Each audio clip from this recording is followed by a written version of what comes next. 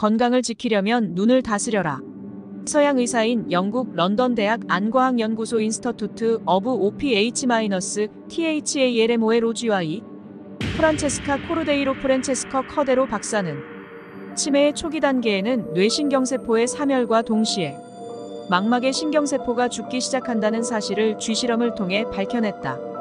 이 실험은 망막세포의 사멸을 실시간으로 생생하게 보여준 실험인데 망막이 뇌의 상황을 그대로 보여주는 뇌의 창임을 확인해주는 실험이었다고 한다. 그동안 치매 환자의 60% 이상이 시력 손상이 나타났는데 그 원인을 뇌와 연결짓지 못했었다. 그동안 눈으로 인체의 병을 진단할 수 있는 방법론이 제기되었었지만 과학적인 근거가 부족하다 하여 신뢰를 얻지 못했었다.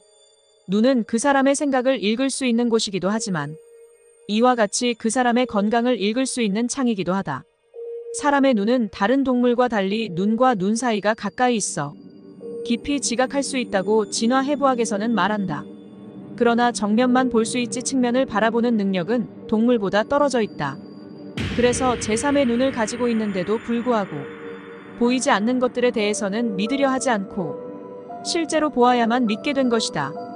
제3의 눈이 있는 자리는 뇌의 송과체가 있는 부위이다.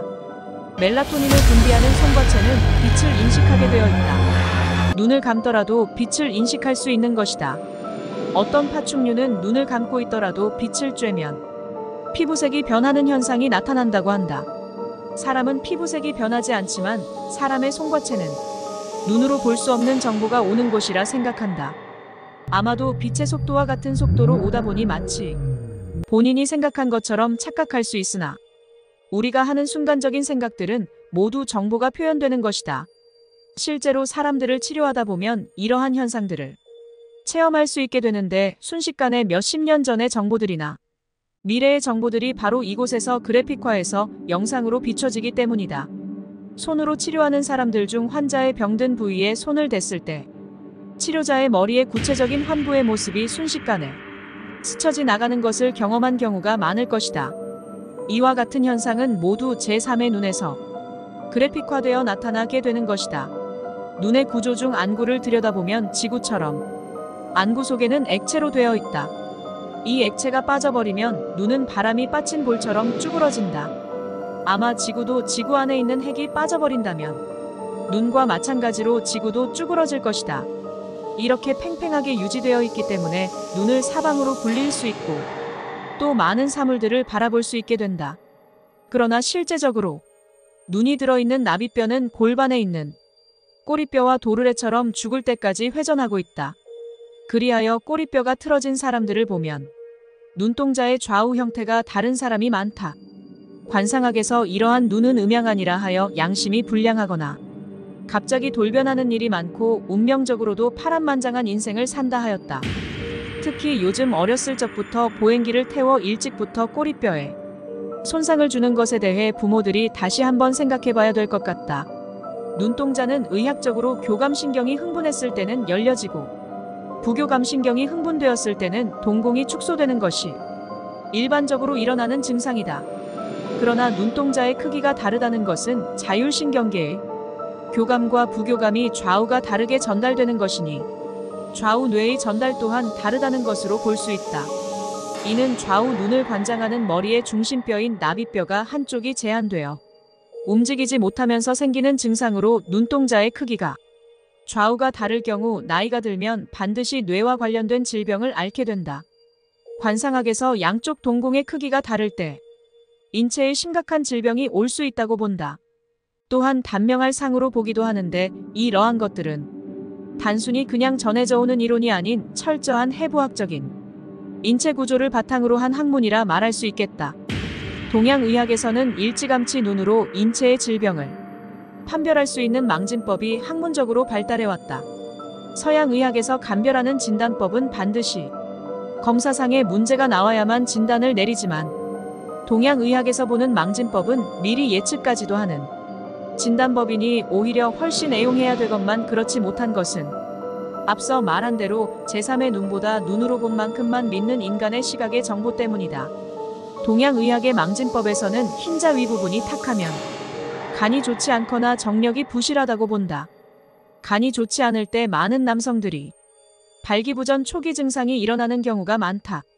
왜냐하면 간은 횡격막 아래에서 횡격막의 제한을 가져오기 때문에 골반의 제한도 일으켜 이로 인해 발기부전을 일으키게 되는 것이다.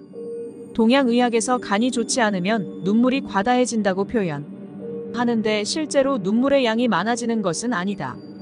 간의 제한은 하부늑골 제한을 가져오기 때문에 하부늑골의 움직임에 영향을 미치게 되며 이로 인해 위턱뼈를 제한시켜 눈물관이 유착되므로 눈물이 코로 원활하게 빠져나가지 못해 넘치게 되는 것을 눈물이 과다해진다고 표현한 것이다.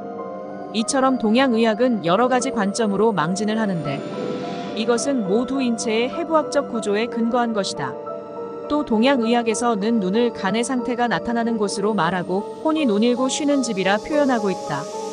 관상학에서는 인체에 있어 눈을 해와 달로 표현하여 왼쪽 눈은 태양이라 하여 아버지를 상징하고 오른쪽 눈은 달이라 하여 어머니를 상징한다.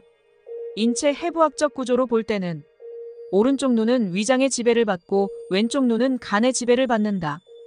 해는 항시 그 모습 그대로 있듯이 간 또한 본래 생긴 모양대로 있고 달은 해와 달리 초승달도 되고 가득 찬 보름달도 되듯 이 위장은 비어있는 장기로 가득 찼다 비웠다 해야만 되는 장기다. 특히 간과 위장은 해와 달같이 간유인대로 연결되어 있어 서로 기량작용을 하는 장기이다. 눈이 들어있는 안화의 아랫부분을 차지하고 있는 위턱뼈는 간과 위장의 움직임이 반영되는 곳이며 위턱뼈는 흉곽의 변화가 나타나는 곳이기도 하다. 간은 시계 반대 방향으로 위장은 시계 방향으로 회전하기 때문에 두 장기의 균형이 깨지면 하부늑골에 불균형이 생기고 틀어진 하부늑골은 흉곽의 변화를 가져온다. 그리고 흉곽의 좌우 불균형은 목이 틀어지는 현상을 만들며 이로 인해 위턱뼈의 불균형을 초래한다. 현대의학에서는 눈에 나타나는 안면, 경련을 뇌에서 나오는 혈관의 변형으로 안면신경이 압박을 받아서 발생한다고 표현하고 있다. 그러나 동양의학에서는 피로나 과로, 신경을 많이 써서 간이나 심장의 스트레스로 인한 혈류장애로 본다.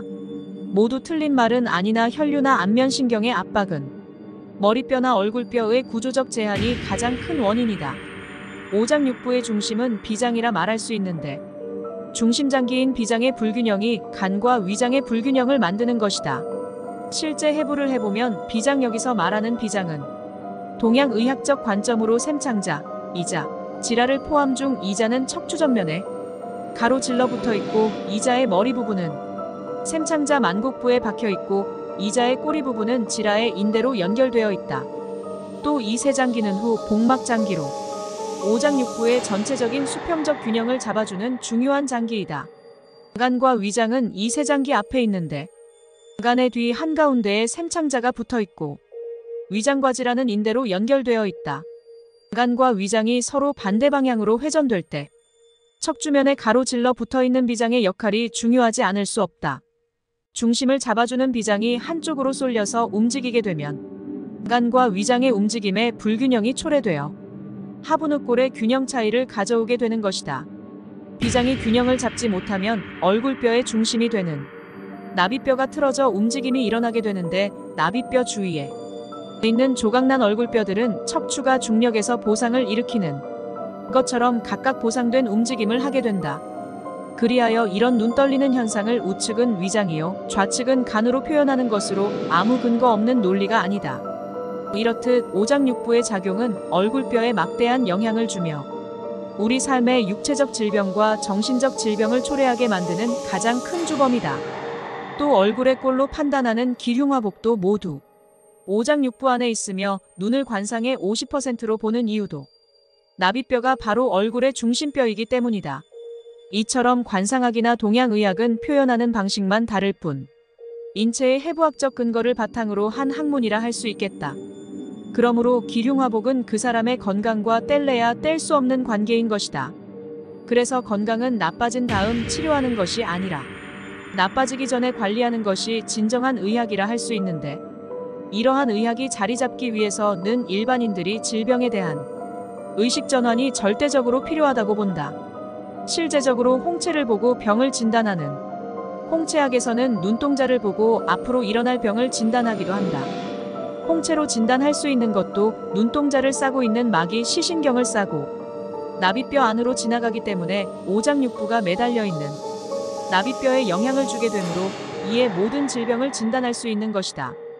결국 재물을 모으고 싶거나 성공하고 싶으면 자기의 몸을 먼저 다스리는 것이 가장 복을 받는 길임을 알아야 하며, 재물이 아무리 많다 해도 병이 생기면 아무 필요 없듯이 건강은 재물보다 더 소중한 것임을 더불어 알았으면 한다.